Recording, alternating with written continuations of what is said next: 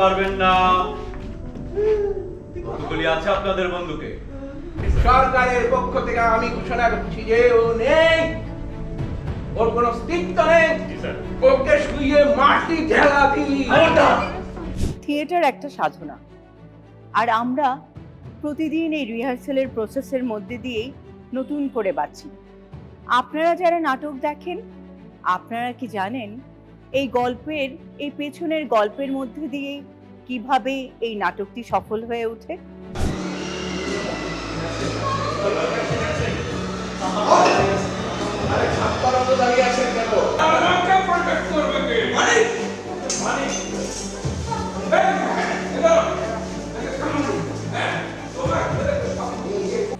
মার্কিন নাট্যকার আরবেন শয়ের যে ব্যারি দ্য ডেড, এইটির প্রভাবেই উৎপল দত্তের মৃত্যুর অতীত। শ্রমিকদের যে ন্যায্য দাবির আন্দোলন, এই আন্দোলনের বিপক্ষে রাষ্ট্রের যে রাজনৈতিক এবং প্রশাসনিক ক্ষমতা, এই দুটো দ্বন্দ্ব, এই দ্বন্দ্বটাই এখানে ফুটে উঠেছে। আমাদের এই শ্রমিকদের আন্দোলনে একটা পর্যায়ে ছাত্ররা যুক্ত হওয়াতে আন্দোলনটা আরো বেগবান হয়।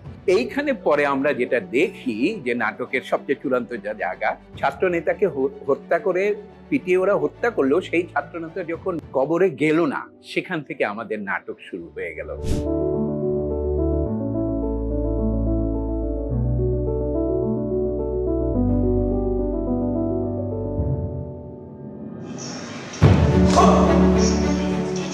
যারা কৃষক আর শ্রমিকদেরকে শোষণ করছে। দ্বিতীয়ত, তাদের দালাল রাজনীতিবিদদের। তৃতীয়ত, সেই দুই দলের দাবেদার আইন শৃঙ্খলা রক্ষাকারী বাহিনীগুলো। এবং চতুর্থত, তাদের কৃতদাস পত্রিকা, টিভি চ্যানেল। এবং পঞ্চমত, নাটকটার জন্য চিন্তা করতে গেলে প্রথমে যখন এক জায়গায় থাকে একটা স্ক্রিপ্ট থাকে, কিন্তু স্ক্রিপ্টে যখন আমরা এটাকে দৃশ্যমান জায়গায় নিয়ে আসি, সেখানে অনেকগুলো কাজগুলো একসাথে করতে হয়। যেমন এটা আবহ সঙ্গীত, আমরা সিনেমাতেও থাকে, অনেক জায়গাতেই থাকে। সেটার জায়গাটা আলোর একটা খেলা তৈরি করতে হয় মঞ্চে একটা আবহ তৈরির জন্য। সেইটার ডিজাইনটা করা এবং পাশাপাশি মঞ্চ, যদিও এই নাটকের খুব সহজ একটা মঞ্চের জায়গা, এটা যেহেতু একটা কবরস্থান দেখানো হচ্ছে, কিন্তু আবহটা তৈরি করতে গেলে যেটুকু দরকার বিশ্বাসযোগ্য, তো মঞ্চে আমরা এটা একটা মেক বিলিভ বলি, অর্থাৎ একদম পুরো বাস্তবের মতো করে না, কিন্তু অন্তত একটা ধারণা যাতে তৈরি হয়। তাতে যেটা হয় যে নাটকের সংলাপ, নাটকের কাহিনী, এর পাশাপাশি আলো এবং মঞ্চ, আবহ সঙ্গীত, এগুলো একটা ওভারঅল একটা পিকচার তৈরি করে, এবং সেটা দর্শকের কাছে কিন্তু সবসময় ওইভাবেই জিনিসটা আসে, যেটা একটা সম্মিলিত জায়গা।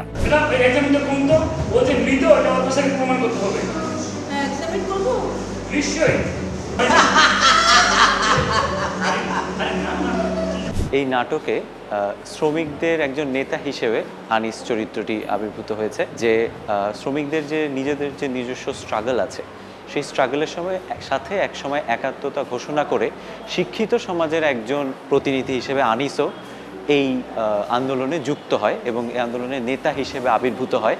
এবং একটা সময় তার মৃত্যুর পরে যে পাবলিক আউটরিচ তৈরি হয়, এটার ফলে এক সময় যারা ক্ষমতায় আছে তাদের পতন হয়। এই পুরো নোশনটা নিয়েই এই নাটকটা। আমি বলছি ব্যাপারটা অন্যদিকে টান করেছে, এই যে একটি রাজনৈতিক সংকটের সৃষ্টি করেছে। আরে বলা যদি নড়াচড়া করে, তাহলে দু একগুলি গান কেন গাইবে না? মৃত্যুহীন নাটকে আমার চরিত্র হচ্ছে মায়ের চরিত্র। এখানে দেখা গেছে আমাদের দেশে যারা উঁচু তলায় থাকে, ব্যবসায়ী, বড় বড় মন্ত্রী, পুলিশ প্রশাসন, আমাদেরকে সবসময় দেখা যায় যে একটা নির্যাতনের মধ্যে রাখে তারা। তা আমাদের ছেলে যখন এটা প্রতিবাদ করে, এই প্রতিবাদী ছেলের মা হচ্ছে আমি।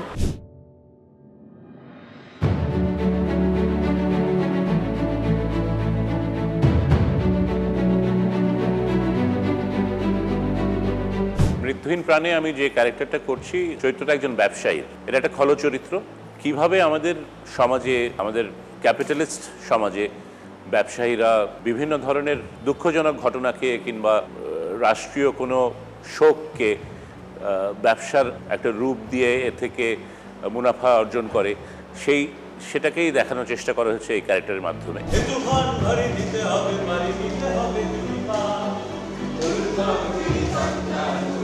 Start